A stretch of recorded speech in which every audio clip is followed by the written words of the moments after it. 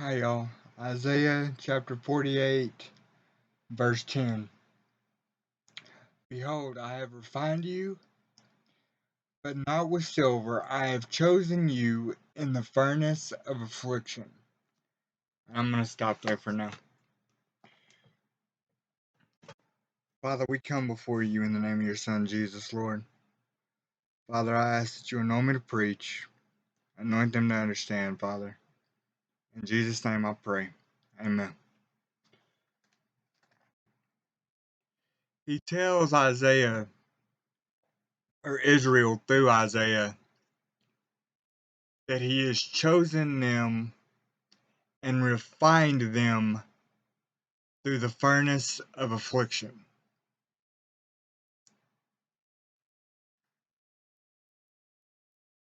He has to refine us, y'all. And it is to bring out the stuff that is buried so deep on the inside of us that we don't even know is there. So he has to apply a little bit of heat to reveal to us what is there, so he can bring it to the surface and get rid of it.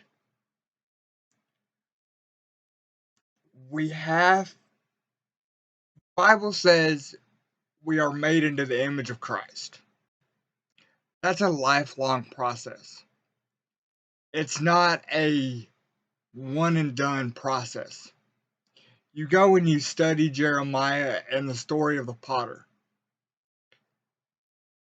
He's molding us. He's molding us into what we need to be, which is the image of Christ. And at times, he has to turn up the heat just enough to get the impurities to the surface so he can deal with it. He doesn't want any aspect of sin left. He doesn't want any aspect of the flesh left. So he tells Israel, I have refined you not with silver, but in the furnace of affliction. He does the same thing with us. There are times, like I said, when he has to refine our faith.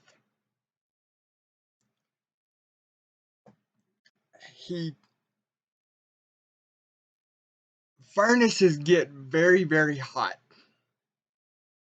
They have to melt the metals and get the impurities out of the metals. You go and you study Solomon's temple and the two pillars he made, Elkin and Boaz. These two pillars held up nothing. They held up nothing. But the Bible says he went and dug a trench and went into the storehouse where David had stored all of this brass and all of this precious metal, and he put it in the trench and melted it to make these pillars for the temple.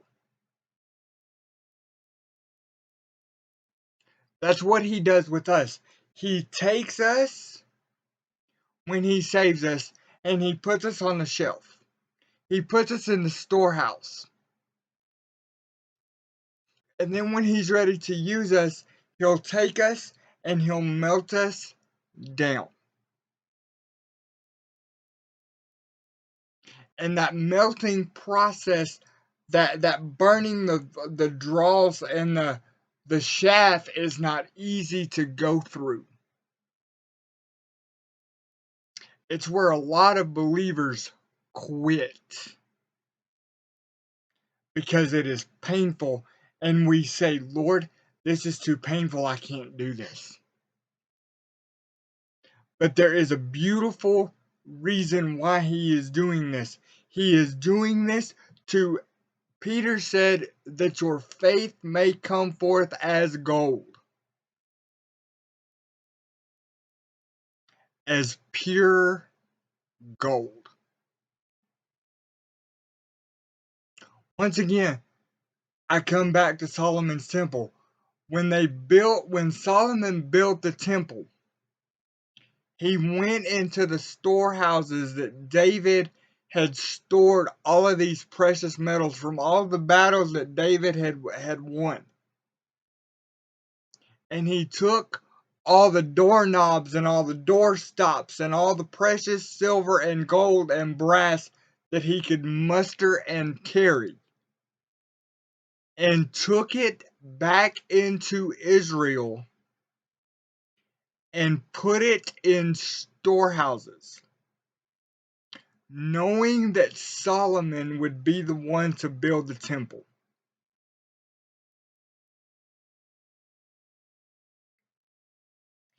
And when Solomon became king and began to build the temple, he went into these storehouses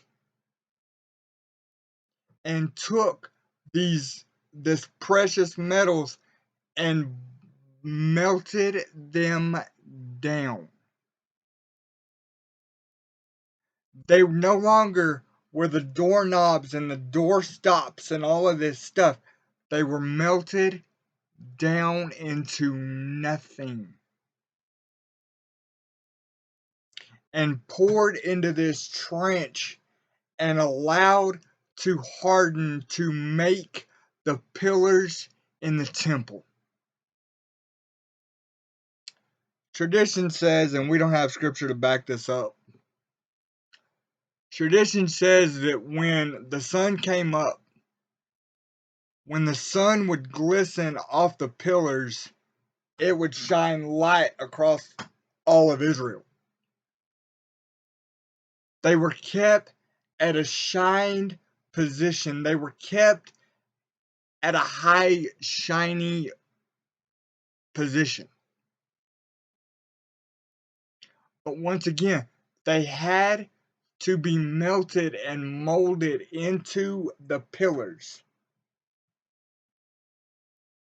They didn't start their lives as the pillars of the temple. They started their lives as something different.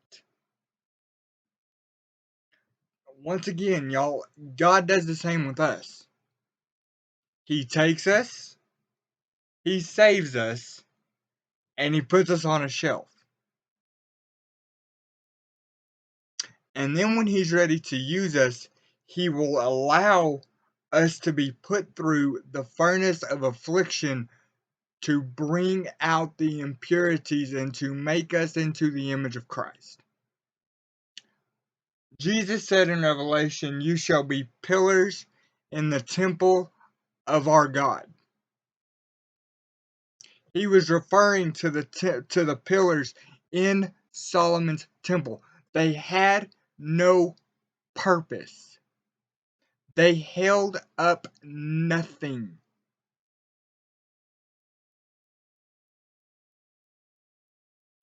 But God had Solomon build these pillars to show us He doesn't need us, but He wants us.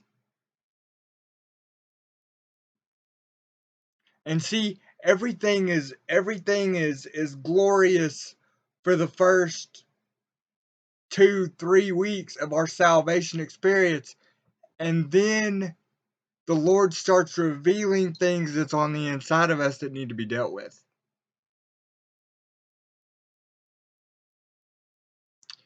And oftentimes that scares us.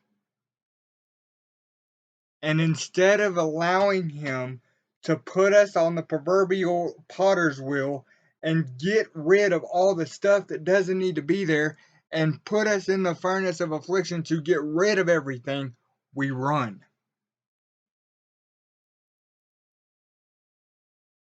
And even when we're in the furnace of affliction, because He's applying heat,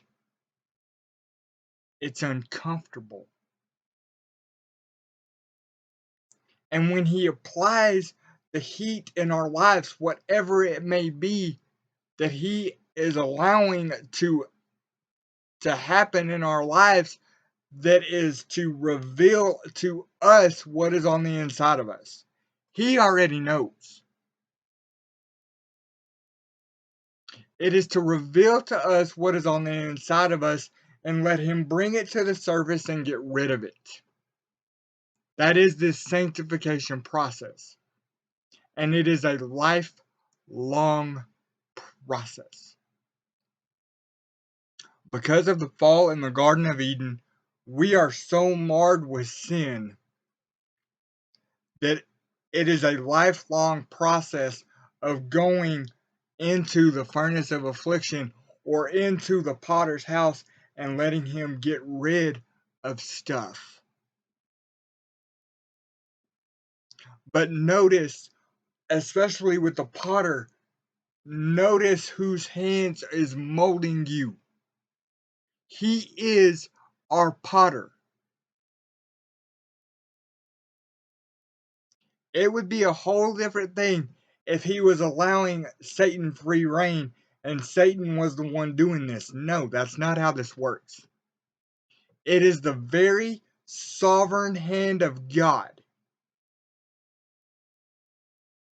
that is molding us and digging into us to get rid of that one little rock, that one little pebble. See, when the potter would grab a lump of clay, they wouldn't know what was in that clay until they threw it on the potter's wheel and began working it. See what I'm saying? And one little thing, one little pebble, one little blade of grass, one little whatever could mar the whole thing. So he would have to go in there and remove and dig and remove that pebble or whatever was there because the finished product would not be perfect. Y'all, he is doing the same thing with us. He is molding us into the image of Christ. And it is a lifelong process. It is a lifelong submission process of Him revealing things that do not need to be there. And it is easy for us when He starts revealing things to run and to say, Lord, I'm not doing this. This is too painful. This is too painful. I don't want to go through this. But it is necessary for the child of God to be molded into what He has designed for us. He's not doing this to cause us pain, although at times it does. He's doing this to bring us closer to Him. He is doing this to rid us of whatever it is on the inside of us that is hindering our relationship. So when we get still and He says, go down to the potter's house, go down into the furnace of affliction, we have got to learn that He's doing that for our good. He's not doing that to cause us harm.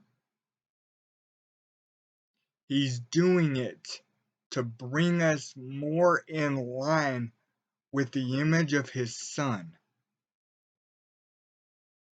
Because that is ultimately the end game here. That we be made into the image of Christ. Like I said, Peter said that our faith being tested is brought forth as pure gold. See, the test and the fiery furnace and the furnace of affliction is meant to purify our faith. It's not meant to destroy our faith. It is meant to purify it. Once again, y'all go and y'all read the story of Solomon building the temple. He didn't know what was in all of this brass and all of this stuff. It had to be melted down. And all the impurities would then be burned and scraped off, leaving pure brass.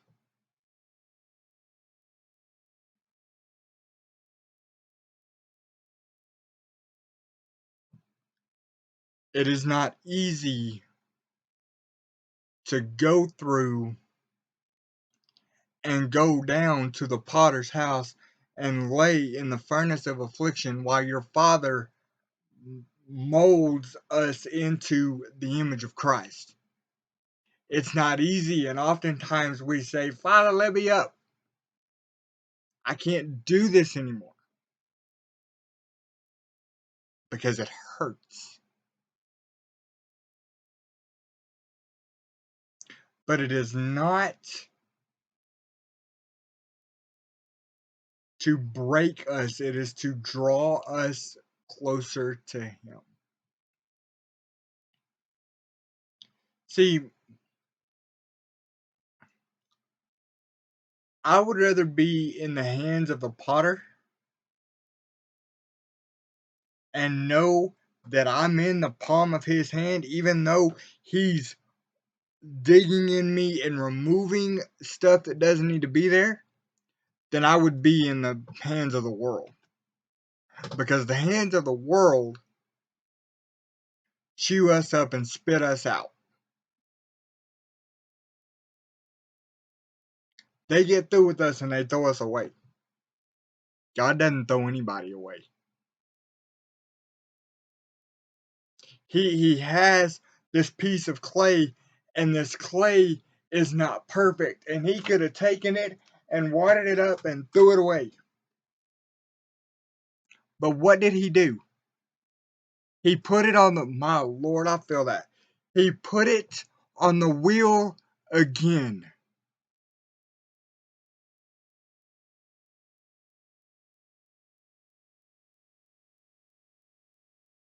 God does not, and I want y'all to hear me and hear me good. He does not throw away his children. Yes, we can walk away. And this is the point in time where a lot of Christians walk away because the furnace of affliction and being on the potter's wheel is not comfortable.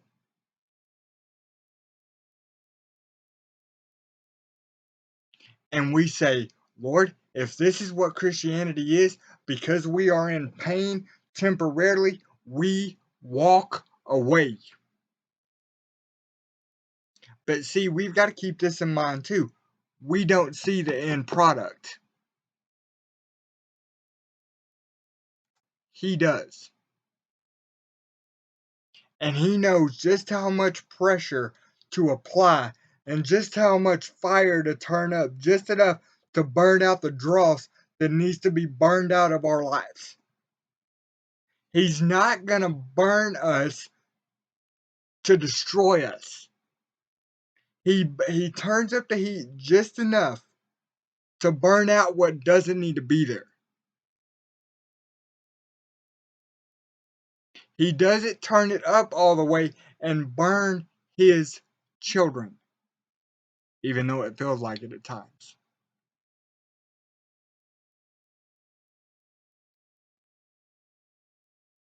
The psalmist said in Psalm 51:10, "Create in me a clean heart."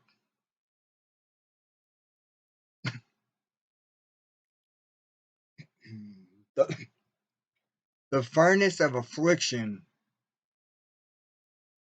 oftentimes reveals ourselves to us. It's not to reveal us to God, for He already knows. It is to reveal our own hearts to ourselves and to keep us humble.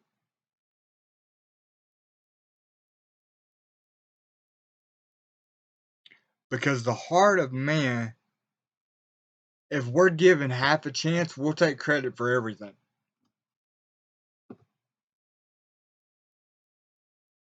That's just the way it is. The Bible says the heart is deceitfully wicked. Who can know it? That's why David said, "Create in me a clean heart." He knew that God was the only one that could create in him the heart of flesh instead of the heart of stone. Sin hardens our heart. Sin hardens our heart to the things of God. So at times, he's got to apply more heat because you're dabbling in stuff you don't need to be dabbling in. You're moved your focus from Christ and Him crucified to other stuff, and I've got to apply just a little bit of heat to draw you back to me.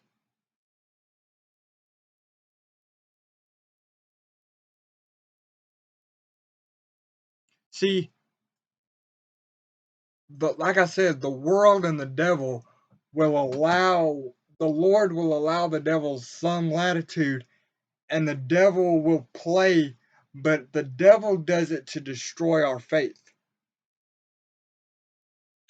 God does it to draw us back to Him and to strengthen our faith and to purify it. Fire purifies.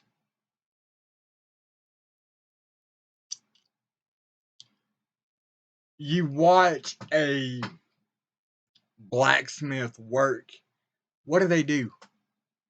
They have to melt the metal in a forge that is hot and melt this metal just enough where it's pliable, just enough to where they can mold what they're trying to build. See what I'm saying? God's doing the same with us. He's applying just enough heat to be able to mold us and bend us and to mold us into the image of His Son. And it's not pleasant. It's not easy to go through and to deal with because oftentimes we don't know why He's doing it.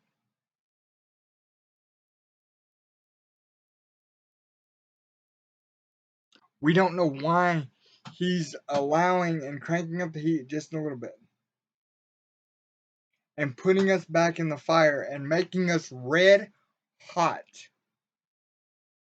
so He can mold and bend us. Like I said, the two pillars in the temple held up nothing. God doesn't need us.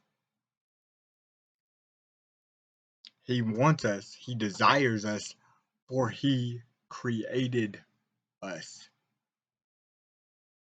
He knows all of our little quirks and all of our little imperfections, but He wants us anyway. But we have to come to Him believing that He is a rewarder of those that diligently seek Him, Ephesians 3.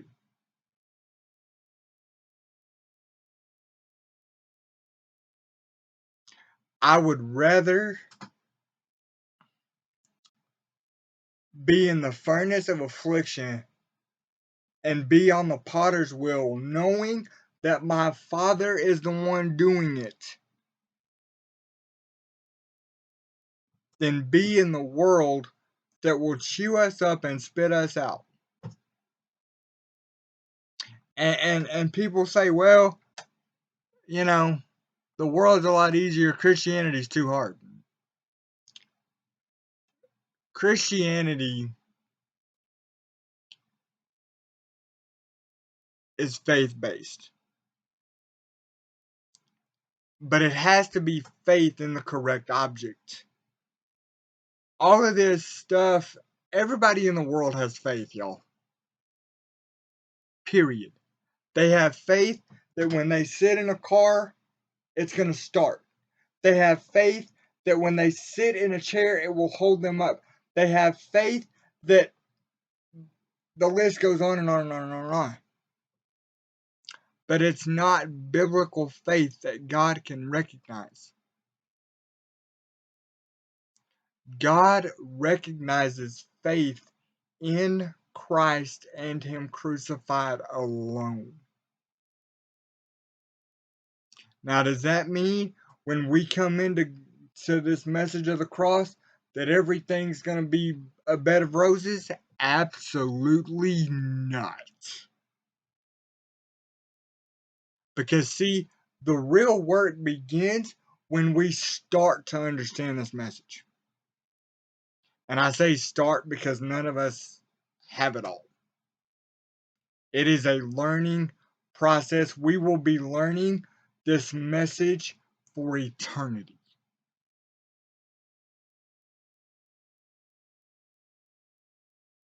But we come to this message and we think, okay, I've got the answer. Satan's got to back off.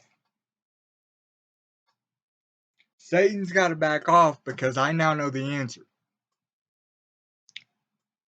God will allow him to fight you that much harder.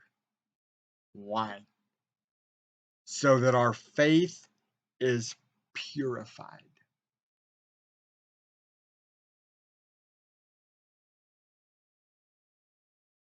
Notice what he told Isaiah. He had refined them in the furnace of affliction. He is constantly refining our faith. The Bible says, take heed lest you fall.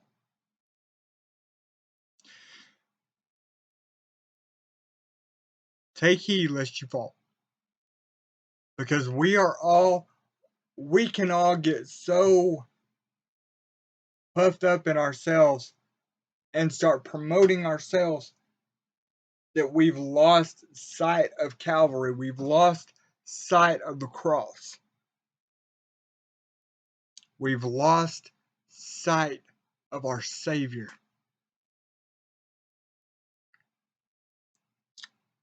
I heard a message Saturday night, from Jason Stidham. He was in Baton Rouge at SBN, and he preached on washing the hands of Elijah. Elisha washed the hands of Elijah and learned everything he could from the prophet Elijah. Knowing that Elijah was going to be taken, he would not let Elijah out of his sight. We've got to be the same way with Christ. Lord, I will not let you go. I know it feels like you're crushing me. I know it feels like I'm in the furnace of affliction and you're allowing this heat and it's a little bit too hot. Lord, I can't take it. We have got to have the determination, even in the furnace of affliction, to say, I will not let you go. I know there is a reason behind this, and I don't understand exactly why, but I will not let you go. It is not comfortable, but I will not let you go.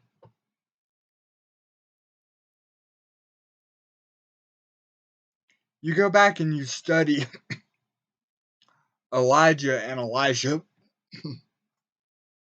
when Elijah knew he was leaving,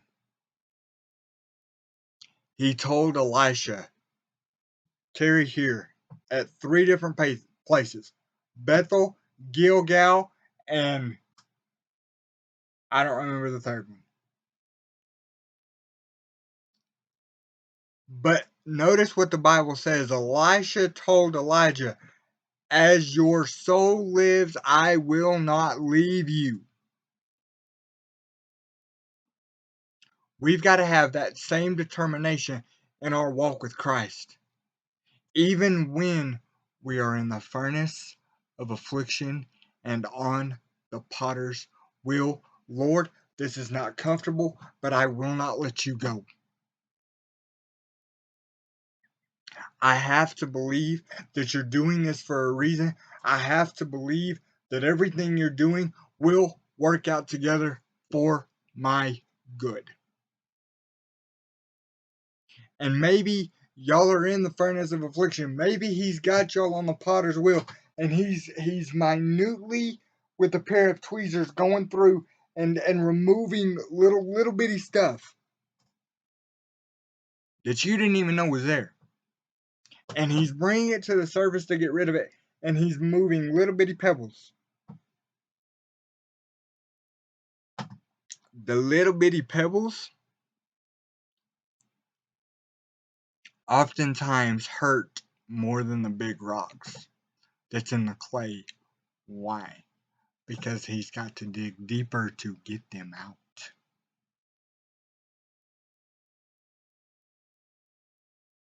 He's got to dig deeper to get them out, to bring them to the surface so he can deal with them and dispose of them. Despise not the furnace of affliction. Know that you are in the hand of the potter. You are in the hand of the one, my Lord, I feel that says in the beginning, let there be light. You're in the hand of the one that set the sea and said, here you come, but no further. You're in the hand, y'all think about this. We're in the hand that took clay out of the mud and clay out of the earth and breathed into it, and Adam became a living soul. That is the hand that is molding us.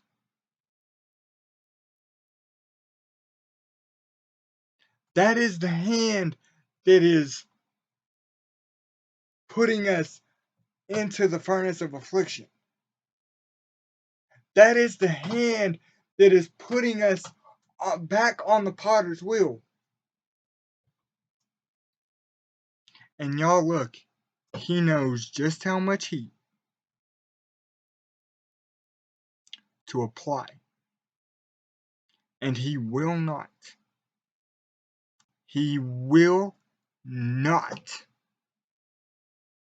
allow one of his children to go through this process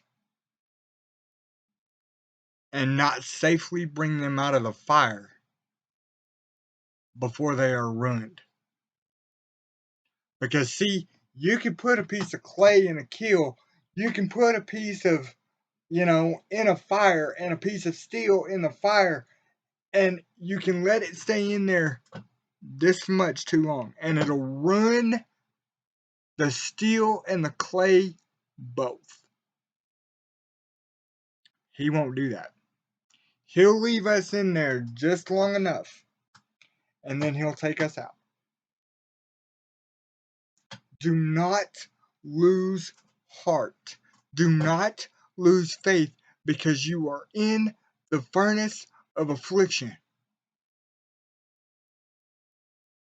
I know it's hard to stay there when everything is feeling like, Lord, what are you doing?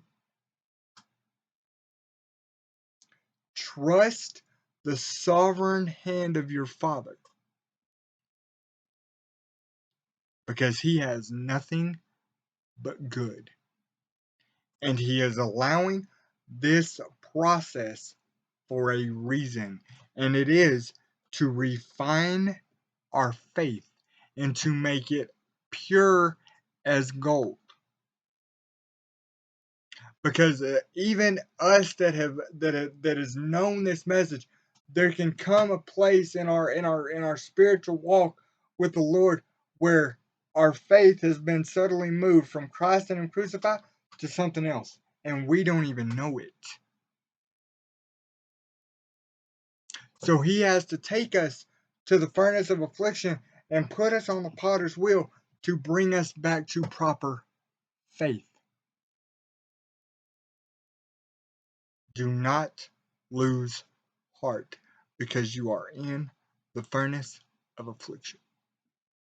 Know that your Father has got you in the palm of His hand, and He's not going to leave you there. He is not going to leave us on either place in the potter's on the wheel of the potter or in the furnace of affliction longer than is necessary. And y'all, let me tell you, this is not a one and done. Because the fall so marred us that it's a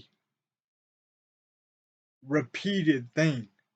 He gets rid of one issue, he'll give us a little bit of reprieve, and he'll deal with the next one.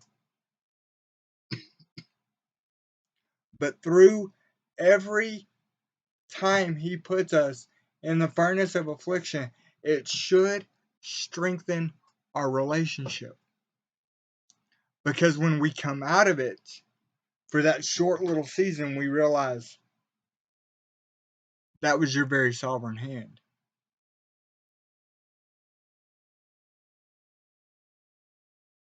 that was allowing what he was allowing, and in effect, it will end up strengthening our faith because our faith has now been refined.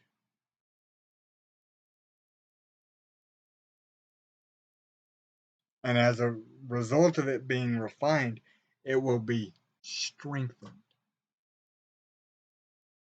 Father, I come before you in the name of your Son, Jesus, Lord.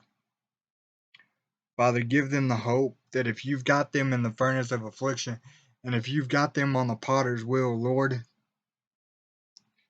that your very sovereign hand is the one that is doing this, and your very sovereign hand will not allow them to burn and will not allow them to be cooked to an ash, but you will remove them from the heat just at the right time and not a moment later. Father, give them hope that they are in your hand and that everything is going on around them is for a reason and a purpose, and it is to refine our faith. Strengthen your children, Lord. In Jesus' name I pray. Amen. I will see y'all next week.